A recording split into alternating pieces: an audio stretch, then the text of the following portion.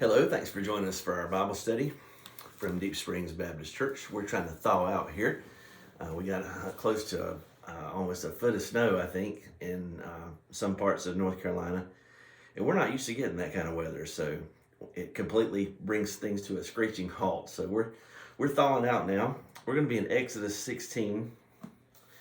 And this is a text that I have referred to often, and I referenced it in our last video where Paul was talking about giving with the Corinthians. But let's just go through this.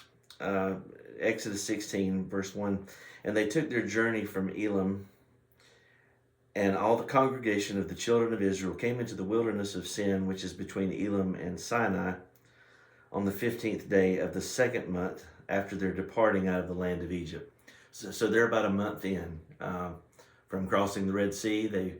They crossed the Red Sea and they sang the Song of Moses, and now they're going to be singing the blues.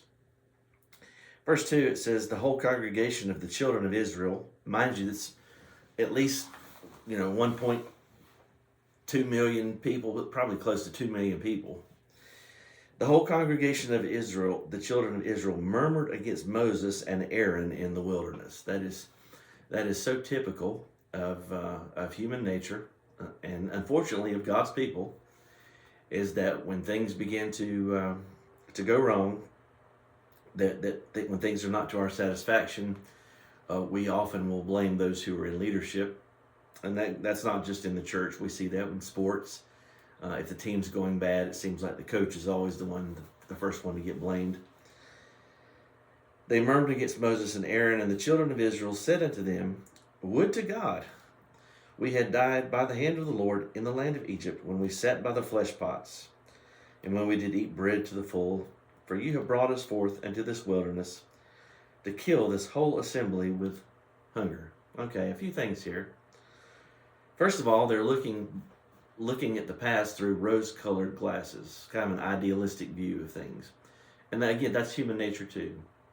And a lot of people, now keep in mind that the wilderness, the coming out of Egypt and the wilderness journey, the conquest of Canaan, that's kind of a paradigm for the Christian life. Egypt representing the world. We come out of the world, we're wandering through in this probationary period called life, and it's up to us whether we're going to die in the wilderness or whether we will go into our Canaan. And the children of Israel, the Exodus generation, the majority of them never made it to Canaan. And we see why. Because of this kind of behavior, the unbelief, the murmuring and complaining. So not only are they complaining, notice how many times the murmuring is mentioned in this chapter. Not only are they complaining, but they've got a rose-colored view of the past. And that's what the devil will often do, is make you think that your life before your conversion was so great. You had so much fun, and now things are hard. Now things are more challenging. And be careful with that whole mindset. And they ascribe awful motives to God and to the leaders. They said, well, you brought us out here to kill us with hunger. Now think about this. Why would God go to all the trouble of pouring out the plagues on Egypt and Pharaoh, bringing them through the Red Sea on dry land, drowning Pharaoh? Why would God go to all that trouble if he wanted to kill them? I mean, it would have been a whole lot easier just to kill them in Egypt. So they're not thinking straight. And that's when you get a negative, complaining, murmuring attitude, you're not looking at things with a good perspective. Verse 4, then said the Lord. Now Jehovah's getting involved. Unto Moses, behold, I will rain bread from heaven for you, and the people shall go out and gather a certain rate every day, that I may prove them whether they will walk in my law or not. So God says, I'm going to give them some. They've been murmuring. I'm going to meet their need, but I'm going to test them. There's going to be a test, and beloved, you and I are going to go through times of testing too. We're no different. We're not exempt from those times of testing. Verse 5, it shall come to pass that on the 6th day they shall prepare that which they bring in, and it shall be twice as much as they gather daily.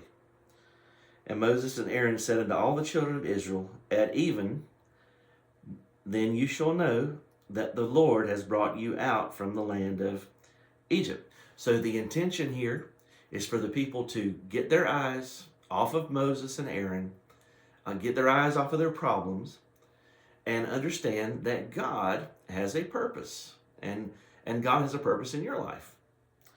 And in the morning, then you shall see the glory of the Lord, for that he hears your murmurings against the Lord. And what are we that you murmur against us? Now let's think about this for a moment. That the glory of the Lord is a response to their murmuring. Okay? So we may think that when we murmur and complain about things, that we're just doing that in a vacuum. But here this text teaches us that when we murmur and complain, it goes into the ears of God. Now he hears our praises too. He hears our prayers. But he also hears our complaining and grumbling. And notice what Aaron and Moses said. Who are we that you murmur against us? I mean, we can't solve your problems. And oftentimes that's the temptation, is to blame leadership for things that they have no control over. Case in point here, and I'm not trying to make this personal. Just for example, we've had to cancel services 2 Sundays in a row because of weather, because of ice the previous week and because of snow this week. And I haven't heard any complaining, but I've never had to cancel services two Sundays in a row. And I've really beat myself up about that. But honestly, it's something I had no control over whatsoever. And here, Moses and Aaron, they're not responsible for the hunger problem, but nevertheless, they are an easy target because they're in leadership.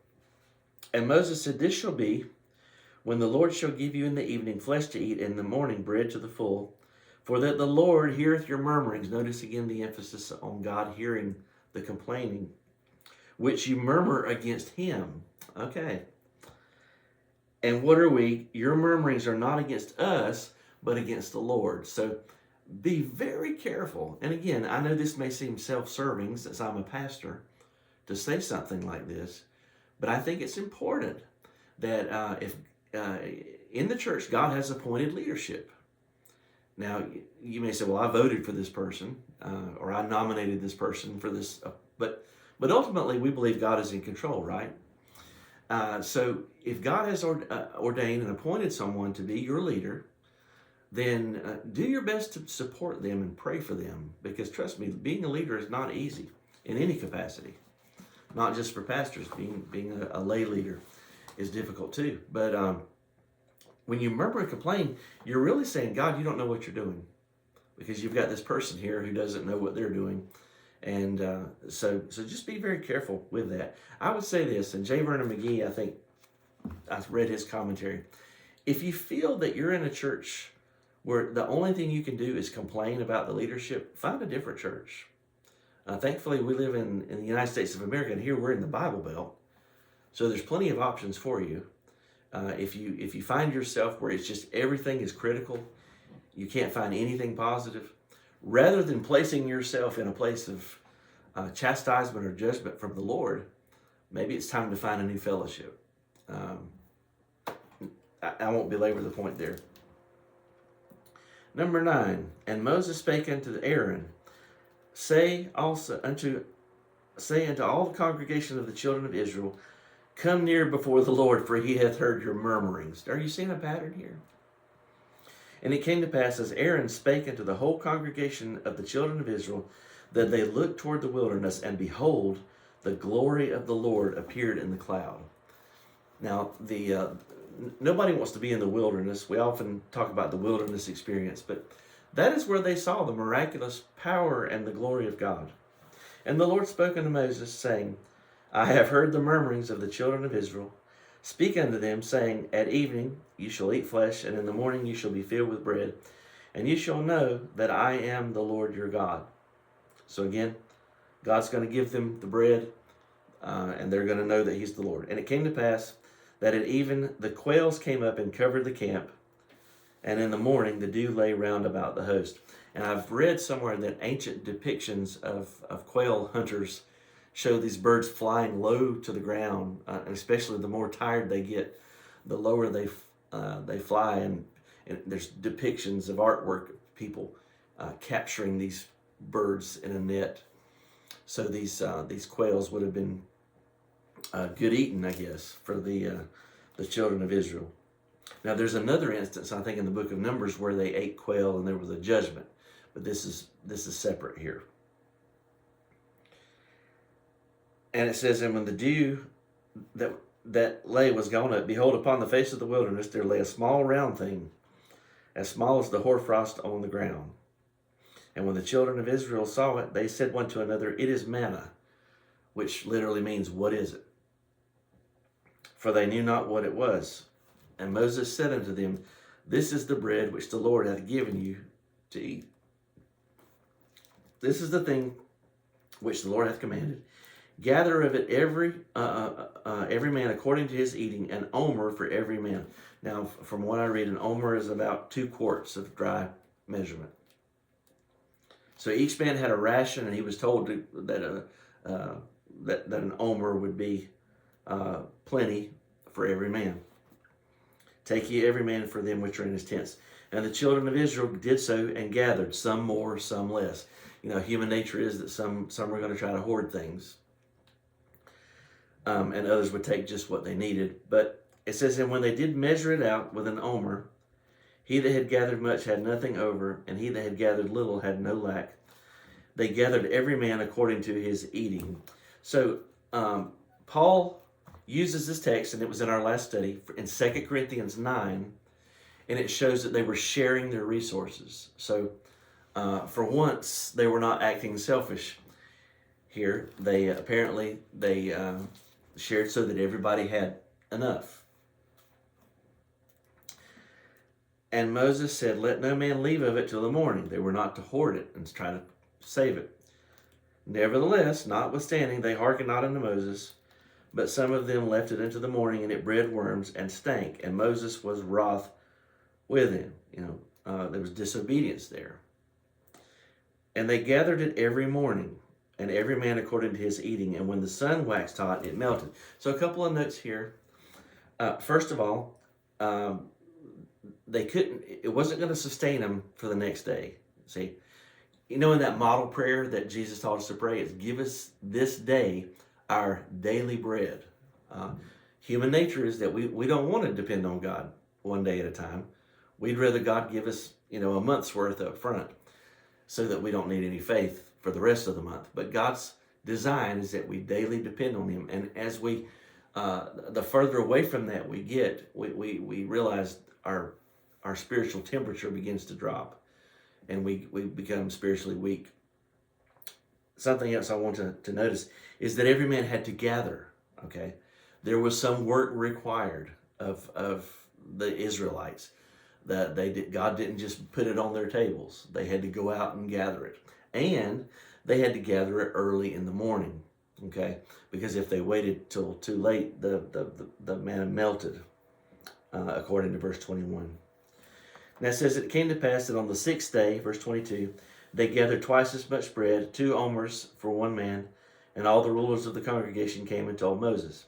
And he said unto them, this is that which the Lord hath said, tomorrow is the rest of the holy Sabbath unto the Lord. Bake that which you will bake today, and seethe that you will seethe, and that which remaineth over lay up for you to be kept until the morning. Now, one issue that's critical that must be stated here in verse 23, the King James puts a definite article where it doesn't belong. The King James says, tomorrow is the rest of the holy Sabbath.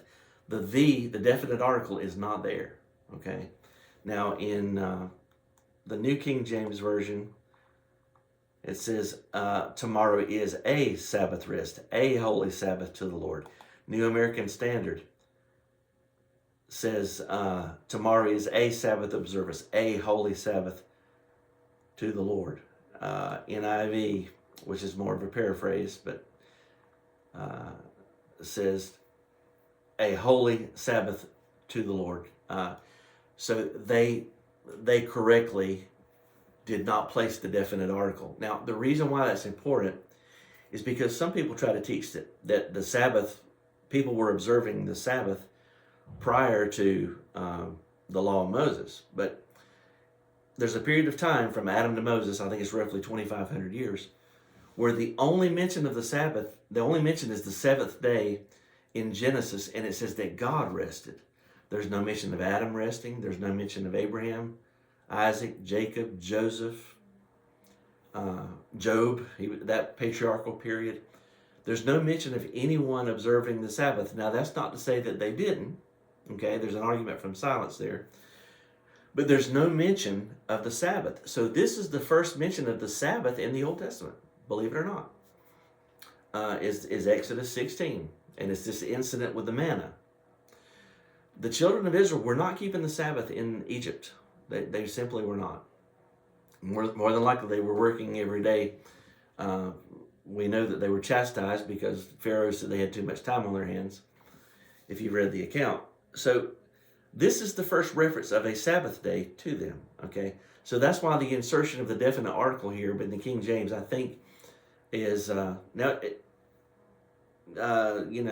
I'm not going to say I'm smarter than the King James translators, because I'm not. But I think it causes some confusion there. All right. So in verse 24, and they laid it up till the morning, and Moses bade, and it did not stink, neither was there any worm therein. Okay. So here is where they saved it, but they did it according to God's will. On this Sabbath day, there was twice as much, and it didn't breed worms. So when you do things God's way, it's a whole lot better.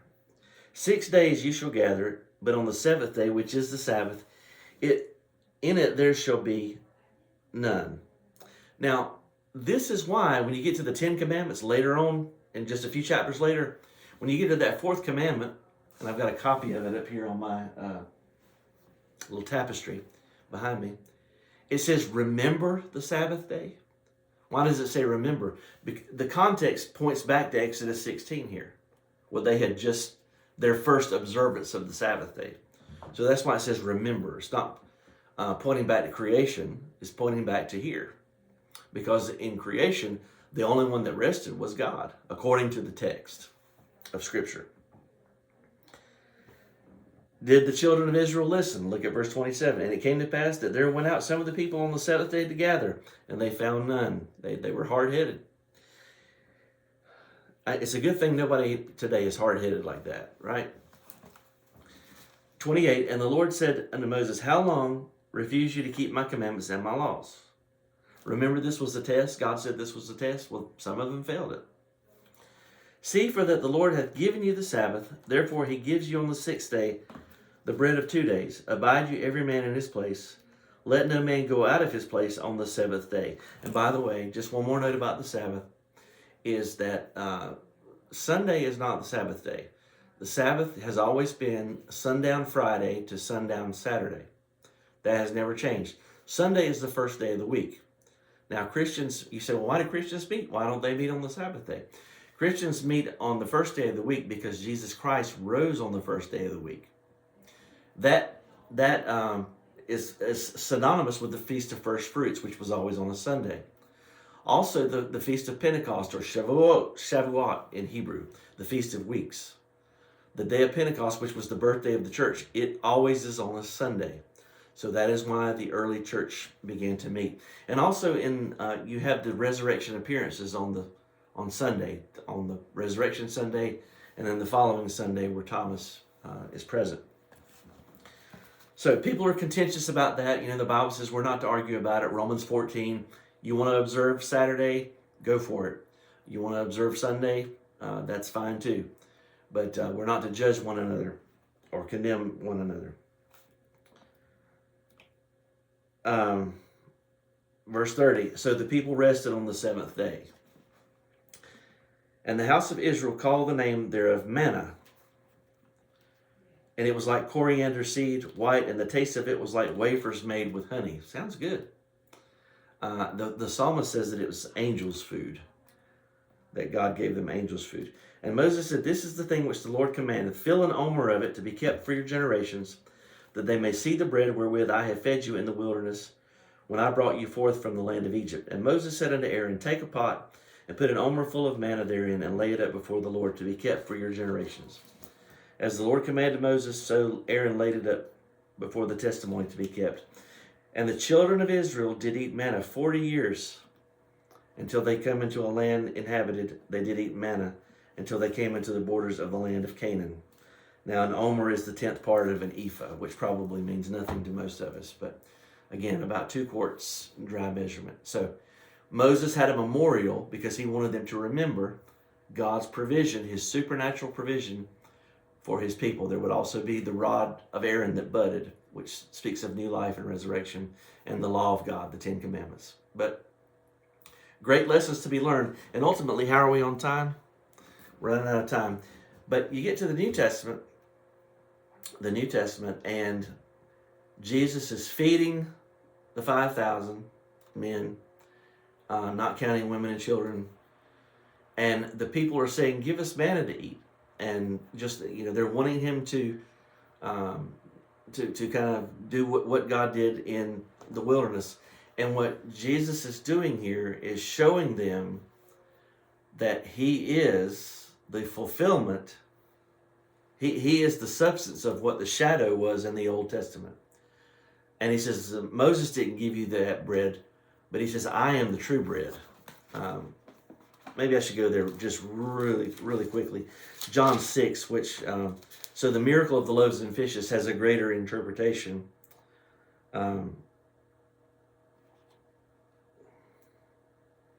It's interesting that people are murmuring. Verse 30, John 6:30. They said therefore unto him, What sign showest thou then, that we may see and believe thee? What do you work? Our fathers did eat manna in the desert, as it is written, He gave them bread from heaven to eat. And Jesus said unto them, Verily, verily, I say unto you, Moses gave you not that bread from heaven, but my Father gives you the true bread from heaven. For the bread of God is he which cometh down from heaven. He giveth life unto the world. Then they said unto him, Lord, evermore give us this bread. And Jesus said unto them, I am the bread of life.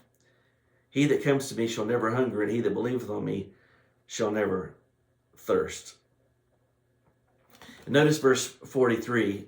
Jesus therefore answered and said unto them, Murmur not among yourselves. Notice again this theme of murmuring with manna or supernatural provision. And he says, No man can come to me except the Father which sent me draw him, and I will raise him up at the last day. Verse 48, I am that bread of life. Verse 49, your fathers did eat manna in the wilderness and are dead. This is the bread which comes down from heaven, that a man may eat thereof and not die. I am the living bread which came down from heaven. If any man eat of this bread, and the bread, he shall live forever. And the bread that I will give is my flesh, which I will give for the life of the world. So isn't that beautiful how we see the Old Testament comes full circle, and Jesus is the fulfillment of that bread of life motif. All right. Thanks for joining us. Hope you enjoyed it. Lots of lessons to glean here. I'm sure I didn't even touch on even a small fraction of the application, but may the Holy Spirit give you a word for today. Thanks for tuning in. God bless.